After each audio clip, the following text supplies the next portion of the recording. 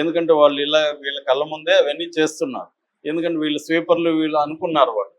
So అనుకొని వీళ్ళేం చేస్తారని వాళ్ళు రెచ్చిపోయి చేస్తున్నారు. అదంతా రికార్డ్ చేశారు వీళ్ళు. సో రికార్డ్ చేసి ప్రూఫ్స్ దొరికాయి. ప్రూఫ్స్ దొరికినాక వీళ్ళు ఇప్పుడేంటంటే ఇది ముస్లిమ్స్ వర్సెస్ హిందువు కాబట్టి నాసిక్ పోలీసులు కొంత జాగ్రత్తగా డీల్ చేశారు. ఇది సెన్సిటివ్ ఇష్యూ, మనం ఏదన్నా పొరపాటున ఏదన్నా చేస్తే మళ్ళీ ఇది నేషనల్ వైడ్ ఇష్యూగా మారిపోతుంది అని చెప్పి వీళ్ళు ఏం చేశారంటే స్టేట్ ఇంటెలిజెన్స్ డిపార్ట్మెంట్కి చెప్పారు. దాని తర్వాత ఎన్ఐఏ, నేషనల్ ఇన్వెస్టిగేటివ్ ఏజెన్సీ, తర్వాత ఏటీఎస్, యాంటీ టెర్రరిస్ట్ స్క్వాడ్, దాని తర్వాత గవర్నమెంట్, అప్పటికే గవర్నమెంట్ దృష్టికి కూడా వెళ్ళింది, సిట్ వేశారు, స్పెషల్ ఇన్వెస్టిగేటివ్ టీం వేశారు. అంటే ఇప్పుడు దాదాపు 5 రకాల ఇన్వెస్టిగేటివ్ ఏజెన్సీలు పరిశీలిస్తున్నారు. అంటే మేజర్గా ఏంటంటే దీంట్లో వీళ్ళు మామూలుగా అయితే మనకి కార్పొరేట్ కల్చర్లో ఈ హరాస్మెంట్లు అనేవి వెరీ కామన్, పెరుగుతున్నాయి. ఆ మధ్య కూడా ఇన్ఫోసిస్ పూణే బీపీఓలో ఇలాంటిదే జరిగింది. ముస్లిమ్స్ కాదు, హిందువులు అంటే అక్కడ పైన ఉన్న స్టాఫ్ కింద వాళ్ళని లేకపోతే కొలీగ్స్ని వేధించే కేసులు బయటకు వచ్చాయి. అట్లాగే హెచ్సిఎల్లో కూడా జరిగింది. అట్లాగే అహ్మదాబాద్లో ఒక బీపీఓలో, ఈడిఎస్ అనే బీపీఓలో జరిగింది. ఇలాగే ఈ మధ్య జరుగుతున్నాయి.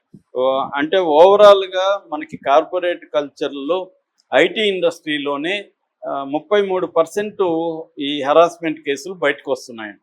ఒక్క టీసీఎస్లో తీసుకుంటే 2021లో 2 కేసులు వస్తే 25కి వచ్చేసరికి 125 కేసులు బయటకు వచ్చాయన్నమాట. అంటే పెరుగుతున్నాయి కార్పొరేట్ కల్చర్లో.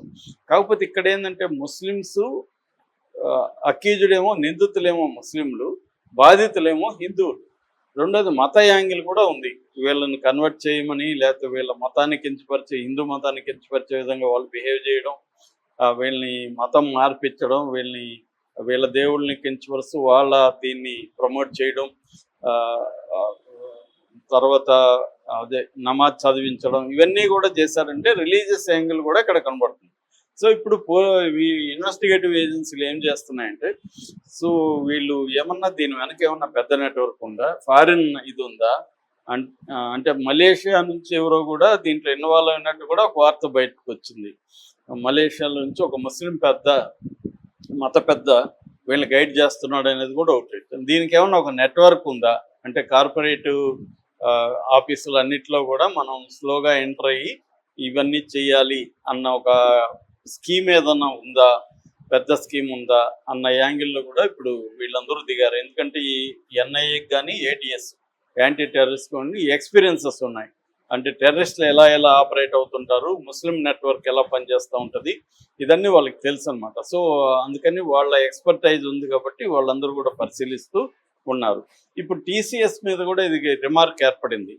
అంటే ఇన్ని రోజులు కంప్లైంట్లు ఇచ్చినా కూడా టీసీఎస్ యాజమాన్యం ఎందుకు పట్టించుకోలేదు అని. దాంతో టీసీఎస్ యాజమాన్యం రంగంలో దిగింది. ఎవరైతే నెగ్లెక్ట్ చేశారో వాళ్ళందరినీ పీక్ పడేసింది, సస్పెండ్ చేసింది ఉద్యోగాల నుంచి. అట్లాగే ఆ బీపీఓ సెంటర్ని క్లోజ్ చేసేసి ఉన్న వాళ్ళకి వర్క్ ఫ్రమ్ హోమ్ ఇచ్చేశారు. వాళ్ళు కూడా ఇంటర్నల్గా కూడా ఒక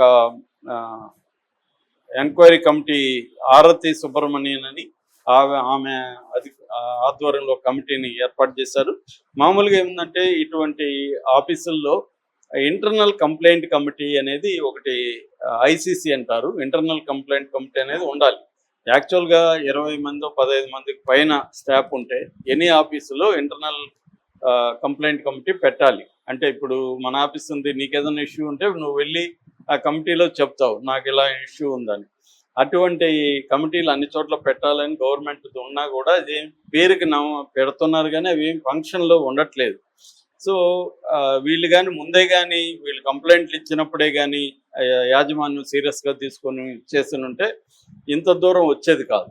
సో అందుకని ఇప్పుడు టీసీఎస్ మీద కూడా ప్రెజర్ అయితే పెరిగింది. టీసీఎస్ ఆయన టాటా సన్స్ చైర్మన్ చంద్రశేఖర్ ఆయన కూడా రంగంలో ఎదిగాడు. ఆయన కూడా దీని మీద కమిటీ వేసి సారీ చెప్పాడు. దాని తర్వాత వీళ్ళందరూ సస్పెండ్ చేసి ప్రజెంట్ అయితే ఇప్పుడు నేను చదివిన పేర్లు 7 మంది జైల్లో అయితే ఉన్నారు.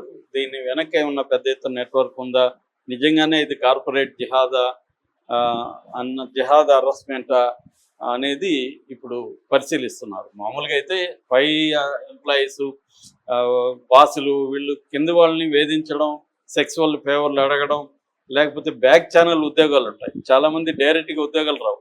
ఎవరినో పట్టుకుంటే వాడు ఉద్యోగం ఇప్పిస్తాడు. ఎందుకు ఇప్పిస్తాడు? ముఖ్యంగా అమ్మాయిలకి ఇప్పిస్తాడు. అబ్బాయిల దగ్గర అయితే డబ్బులు తీసుకుంటాడు. అమ్మాయిల దగ్గర అయితే డబ్బులు తక్కువ తీసుకొని పడుకోమంటాడు.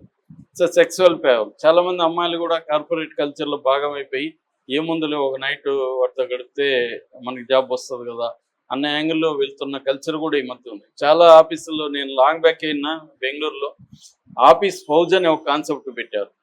అంటే ఆఫీస్ ఫౌజ్ అంటే అర్థం ఏంటంటే ఒక అబ్బాయిని ఒక అమ్మాయిని ఒక ప్రాజెక్ట్ లో పెడతారు. అంటే మీరు ఎంజాయ్ చేయండి సెక్సువల్ గా కూడా అని వాళ్ళకి నైట్ షిఫ్ట్ వేయడం, వాళ్ళకి ఆఫీసులోనే చిన్న స్పేస్ కల్పించడం. అంటే వీళ్ళే ప్రోత్సహిస్తారు. ఎందుకంటే వాళ్ళిద్దరూ ఎంజాయ్ చేస్తూ పని చేస్తే మనకి బాగా వర్క్ జరుగుతుందని. ఇటువంటి కల్చర్ను కూడా కార్పొరేట్ సంస్థల్లో ప్రోత్సహిస్తున్నారు. ఇవన్నీ ఏంటంటే అది క్రైమ్కి దారితీస్తుంది, హరాస్మెంట్కి క్రైమ్కి దారితీస్తుంది. ఎందుకంటే ఏది కూడా సింపుల్గా ఉండదు. ఎంజాయ్ చేసి ఇంటికి పోయే పరిస్థితి ఏమి ఉండదు కదా. మనం అందరం కూడా irrational human beings. Irrational human beings వల్ల మనం అనేక సమస్యలకి మనమే కారణమవుతాం. సో అందువల్ల ఇప్పుడు ఇది పెద్ద నెట్వర్క్ ఏమైనా ఉందా, దీని వెనక జిహాద్ ఉందా అనేది బేసిక్గా తేలాల్సిన అంశము. లేకపోతే మామూలుగానే జరిగిందా? ఎందుకు ఇక్కడ డౌట్ వస్తుందంటే బాధితులందరూ హిందువులు, బాధించిన వాళ్ళందరూ ముస్లింలు. అక్కడ ఇప్పుడు అందరికి అనుమానాలు వస్తున్నాయి. ఇది ఏదేమైనా ఎంక్వైరీలో తేలాల్సి ఉంది.